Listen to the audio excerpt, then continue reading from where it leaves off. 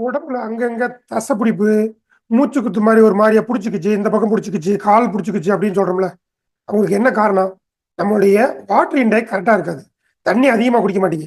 உதாரணத்துக்கு தண்ணி குடிக்கிறது ரொம்ப சிம்பிள் மேட்ரு. எல்லா டாக்டரும் எல்லாரும் சொல்லக்கூடிய விஷயம் தான் இது. தண்ணி எவ்வளவு முக்கியம்? நீங்க உதாரணத்துக்கு ஒரு 80 கிலோ வெயிட்ல இருக்கீங்கன்னா, உங்களுக்கு ஒரு 4 லிட்டர் தண்ணி கம்பல்சரி குடிக்கணும். ஒரு நாளைக்கு. அது எப்படி குடிக்கணும்னா, காலையில எந்திரிச்சதுலருந்து நைட் தூங்குறதுக்குள்ள 4 லிட்டர் குடிக்கணும்.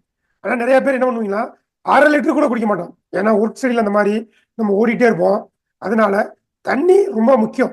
அந்த தசை பிடிப்புக்கு மெயின் காரணமே தண்ணி தான். யாரெல்லாம் தண்ணி ரொம்ப கம்மியா குடிக்கிறீங்களோ, அவங்களுக்கு அங்கங்க வாய்வு பிடிப்பு, தசை பிடிப்பு, தோல் சுருக்கம், தோல்ல ஒரு மாரியா வறட்சி, இந்த மாரி விஷயங்கள் வர்றதுக்கு காரணம், மெயின் காரணம் தண்ணி மட்டும்தான். கேட்டா நம்ம ஸ்கின் ப்ராப்ளம்னு சொல்லுவோம். ஸ்கின் எல்லாம் ப்ராப்ளம் இல்லைங்க. ஸ்கின்னுக்கு தேவையான தண்ணி போல. உதாரணத்துக்கு ஒரு செடி வளர்க்குறோம். தண்ணி நல்லா ஊத்தி வளர்த்தா செடி வளருமா?